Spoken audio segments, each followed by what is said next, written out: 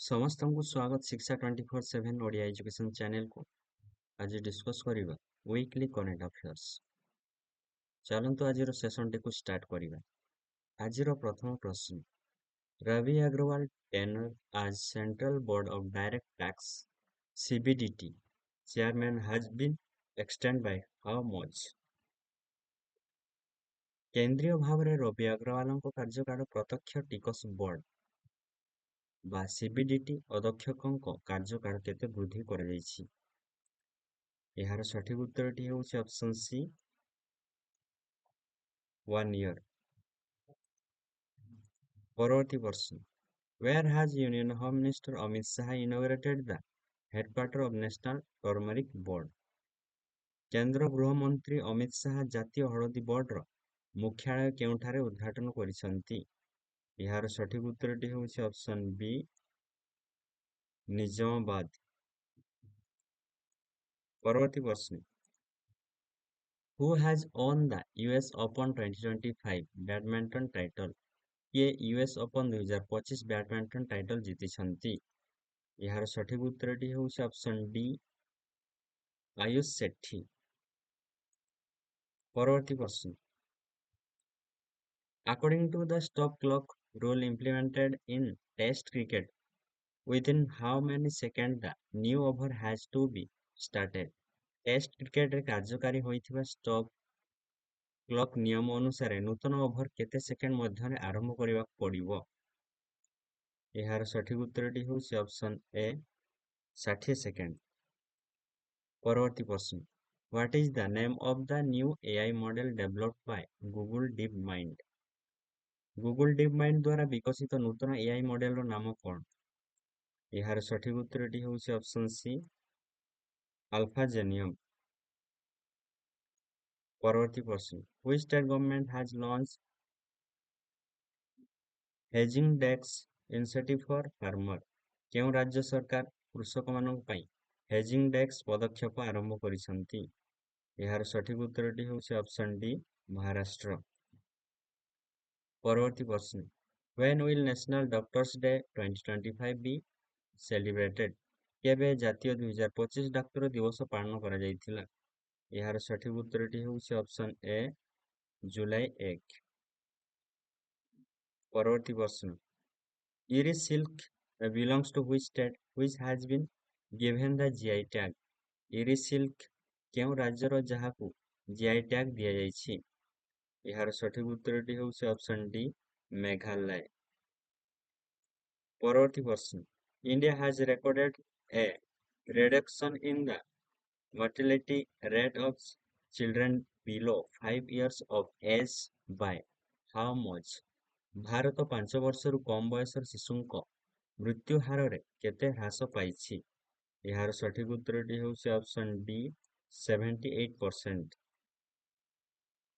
ପରବର୍ତ୍ତୀ ପ୍ରଶ୍ନ, କେଉଁ କେନ୍ଦ୍ରମନ୍ତ୍ରୀ ଦୁବାଇରେ ଏନଏମଡିସି ଲିମିଟେଡ ଏବଂ ମେକନ ଲିମିଟେଡର ଆନ୍ତର୍ଜାତୀୟ କାର୍ଯ୍ୟାଳୟ ଉଦ୍ଘାଟନ କରିଥିଲେ? ଏହାର ସଠିକ ଉତ୍ତରଟି ହେଉଛି ଅପସନ ସି, ଏଚ.ଡି. କୁମାରସ୍ୱାମୀ।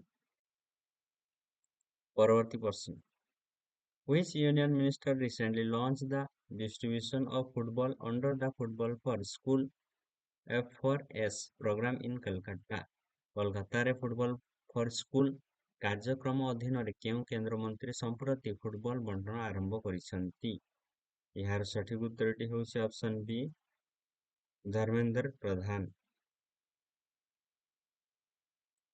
ପରବର୍ତ୍ତୀ ପ୍ରଶ୍ନ, in which state is the Simlipal Tiger Reserve recently in news located?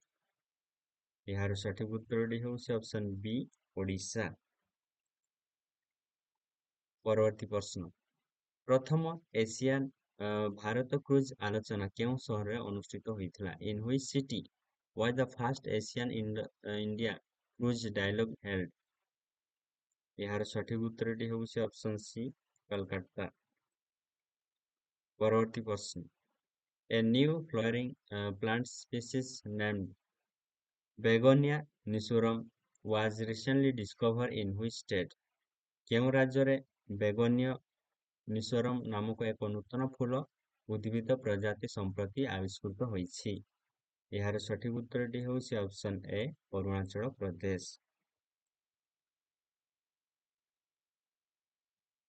ପରବର୍ତ୍ତୀ ପ୍ରଶ୍ନ, the Gloucester mobile application is an initiative of which institution?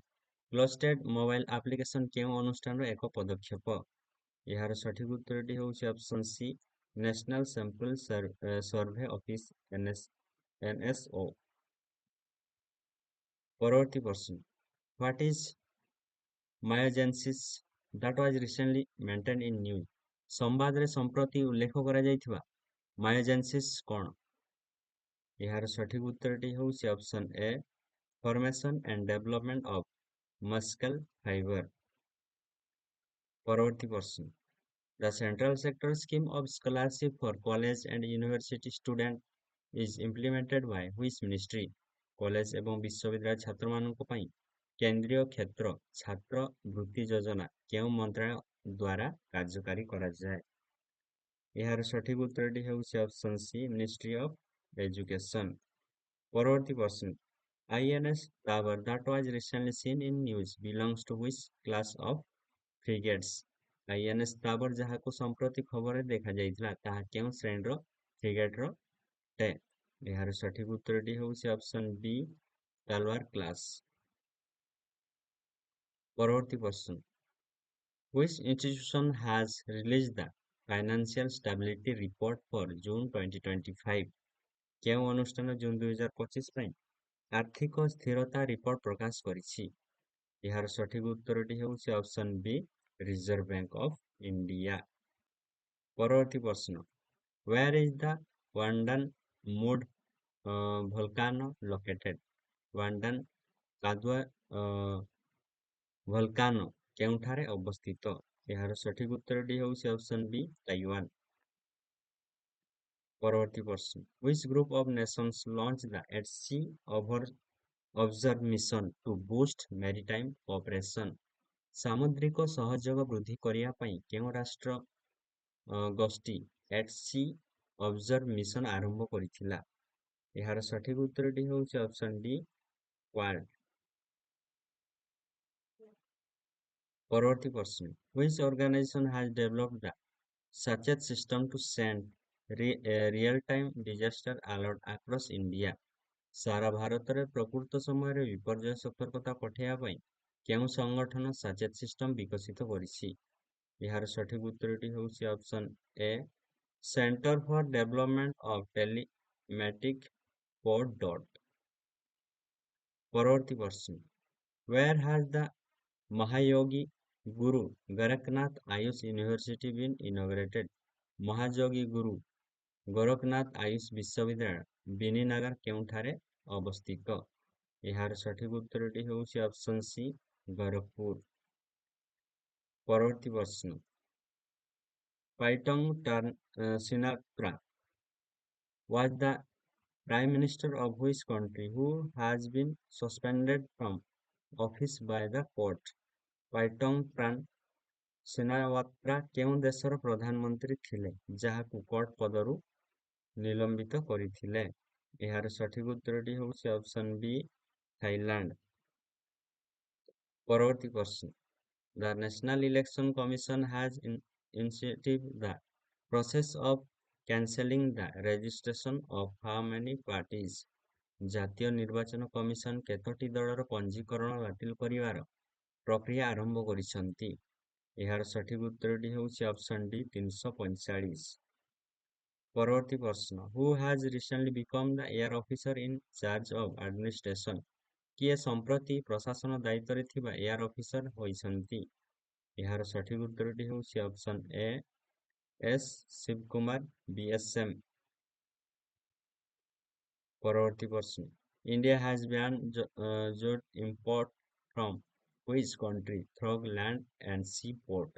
Bharat କେଉଁ ଦେଶରୁ ସ୍ଥଳ ଏବଂ ସମୁଦ୍ର ବନ୍ଦର ମାଧ୍ୟମରେ ଆମଦାନୀକୁ ନିଷିଦ୍ଧ କରିଛି? ଏହାର ସଠିକ ଉତ୍ତରଟି ହେଉଛି ଅପସନ୍ ବି ବାଂଲାଦେଶ। ପରବର୍ତ୍ତୀ ପ୍ରଶ୍ନ, who has launched the Rail One app recently? ସମ୍ପ୍ରତି କିଏ ରେଲ ୱାନ୍ ଆପ୍ ଲଞ୍ଚ କରିଛନ୍ତି? ଏହାର ସଠିକ ଉତ୍ତରଟି ହେଉଛି ଅପସନ୍ ସି अश्विनी वैष्णव। পরবর্তী প্রশ্ন, the State Bank of India SBI will connect 4 million homes with solar power by which year under its solar power mission? ଭାରତୀୟ ଷ୍ଟେଟ୍ ବ୍ୟାଙ୍କ ଏସବିଆଇ ତାର ସୌର ଶକ୍ତି ମିଶନ ଅଧୀନରେ କେଉଁ ବର୍ଷ ସୁଦ୍ଧା 4 ନିୟୁତ ଘରକୁ ସୌର ଶକ୍ତି ସହିତ ସଂଯୋଗ କରିବ? ଏହାର ସଠିକ ଉତ୍ତରଟି ହେଉଛି ଅପସନ ଏ 2027।